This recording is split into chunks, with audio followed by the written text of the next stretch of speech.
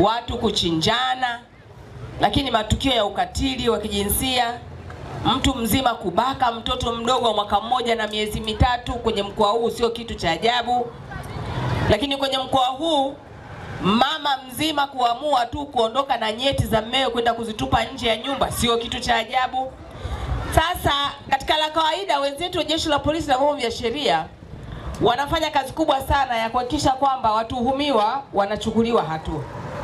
Lakini tunashangaa wanachukuliwa hatua na wanafungwa. Kwa mfano wabakaji wanafungwa na kwenye mkoa wanafungwa kweli kweli, na vyombo vya habari vinatusaidia sana kutangaza.